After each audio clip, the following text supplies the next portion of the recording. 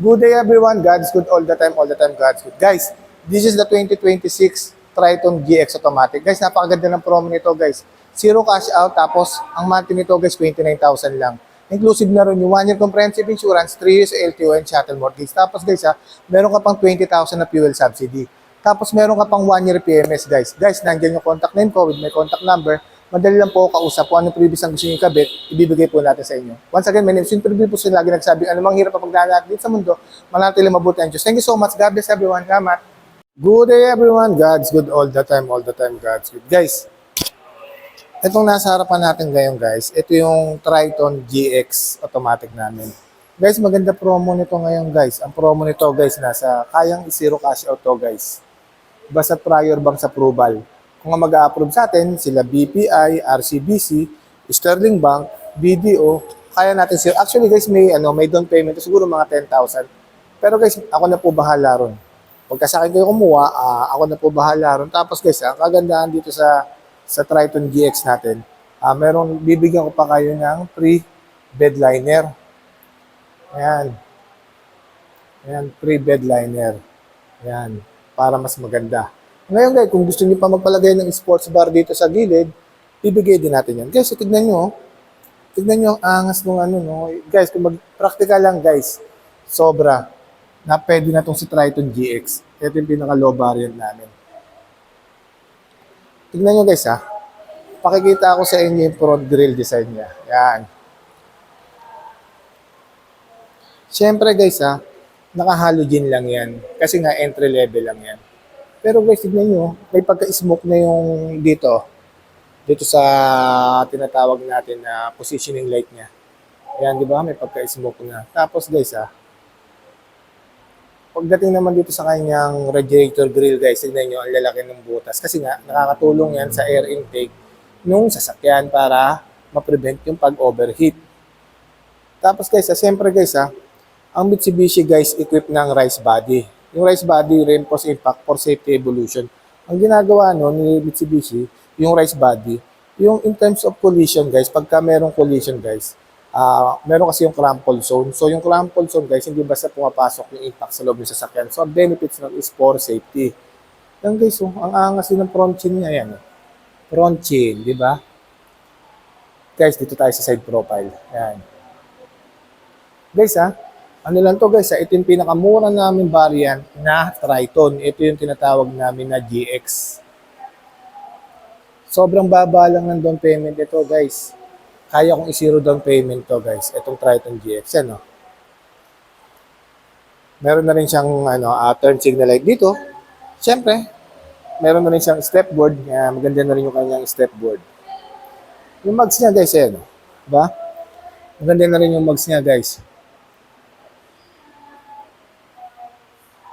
265 by 70 R16. Yan. Yan yung mags niya.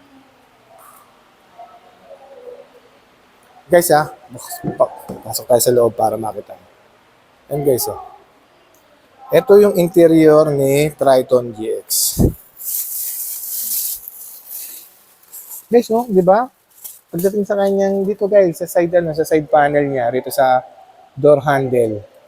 'Di ba? Maangas na rin, guys. Napakaganda na rin, Hmm? 'Di ba? Naka-plastic siya na medyo malambot, and then naka-honeycomb na rin yung rito sa kanyang controls dito sa bandang pintuan.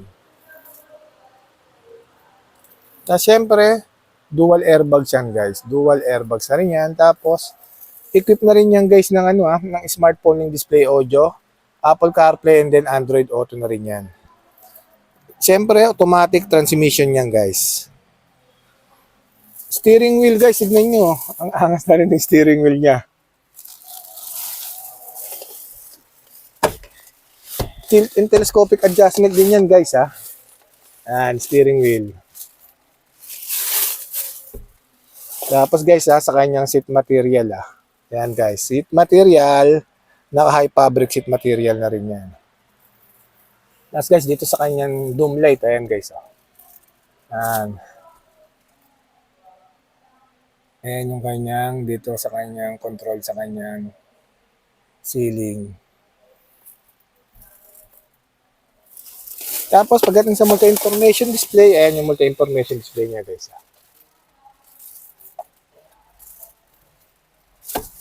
Ayan. Tapos, meron siyang center armrest. Ayan, center armrest with cup holder. Kasi syempre dito ang kanyang glove box. Sobrang mura ng down payment nito guys ha. Kaya kong i-zero cash out ngayon to guys. Napakababa lang din ng monthly nito guys.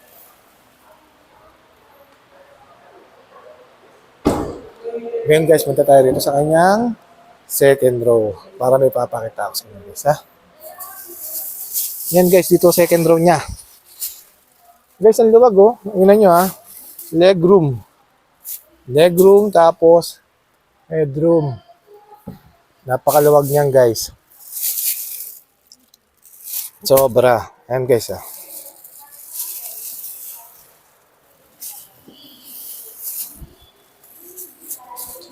Ayan. Ayan yung second row niya. Tapos siyempre, punta tayo rito sa kanyang likuran. Ang kanyang likuran guys ah, combination to ng LED and then ng bulb type. Tapos, siyempre guys ah, meron din siyang LED rito na high mount stop lamp o tinatawag natin yung third brake light. Yan guys. Tapos sa kanyang rear chin, yan guys, oh, napakaangas niyan. Napakaganda, di ba? Yan guys, basta pagkasahin kayo kumuha guys, nalagyan natin itong bed liner para mas maganda. And guys, ngayon guys, babanggitin ko yung dimension nito. Yung lahat ng dimension guys. Babanggitin ko guys ha. Wait lang ha. Ngayon guys, babanggitin natin yung nito. Guys, ulitin ko lang ha. Siyempre, ang engine niya guys is 2.4 liters, 4-cylinder inline, 16 valve, double overcams, turbo diesel 4 and 15. So, yung engine ni Montero saka engine niya, parehas lang guys. Ayan. Tapos siyempre, meron siyang maximum power na tawag na PS o pedestal na 181 PS at 3,500 RPM. Tapos meron siyang maximum torque na 430 Newton meter at 2,050 to 2,500 RPM. Yan. Kaya siyempre 6-speed ang kanyang automatic transmission pagdating sa kanyang transmission. Ngayon guys, banggitin natin yung overall length. Yung overall length niya guys, yan, simulan natin siyempre dito. Yung haba, yan, mula rito sa kanto hanggang dito sa dulo, yan. Ang overall length niya guys is 5,320 mm. Tapos, siyempre guys, ang overall width niya is 1,865 mm. Yan. Overall height naman niya is 1,795 mm. Tapos, ang kanyang wheelbase guys yung wheelbase guys pag sinabing wheelbase guys, yung dito, yan.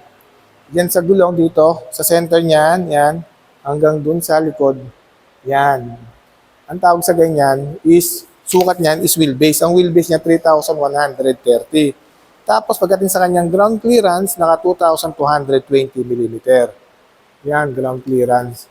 Tapos guys payload capacity, 1,090 kg to 1,115 kg. Yon. Yun yung kanyang overall length. Guys ang promo namin ito guys, kaya kong i-zero cash out to guys Zero cash out tapos guys, ang monthly nyo guys, 29,000 lang. Inclusive na rin yung 1-year comprehensive insurance, 3 years LTO, and then shuttle mortgage. Tapos guys meron ka pang 20,000 na fuel, na gasolina guys Pagka nilabas mo tong unit na to guys, bibigyan pa katang 20,000 na fuel. Tapos syempre, meron kang free PMS na 1 year. From 1,000 to 20,000 kilometer, whichever comes first. Yun, napakaganda ng promo namin, di ba guys Guys, sobrang sulit nitong Triton na to guys. Itong GX na to guys, kung magiging practical lang guys. Sobrang baba ng presyo nito guys, sobrang mura lang nito guys. Tapos napakaganda pa ng promo namin ngayon guys Kaya kong i-zero cash out to guys, zero cash out. Basta prior banks guys, ang approval natin, BPI, BDO, RCBC, Sterling, and then MMFP guys Tapos ang monthly lang nito guys, 29,000. Tapos bibigyan pa kita ng previous na bed liner. Ngayon guys, kung ano pa gusto mo ipakabit guys, sports bar, lagyan natin ng pag lights dito sa harapan. Guys, madali lang ako kausap. Lahat ng previous ibibigay ko dyan guys. Tapos meron kaming 20,000 fuel subsidy. Pagkalabas ng sasakyan guys, meron kang 20,000 fuel subsidy. Tapos meron kang free PMS guys na 1 year. Guys, ang kapag guys, kuhain nyo na to. Napakaganda nito, Triton GX Automatic. Yan.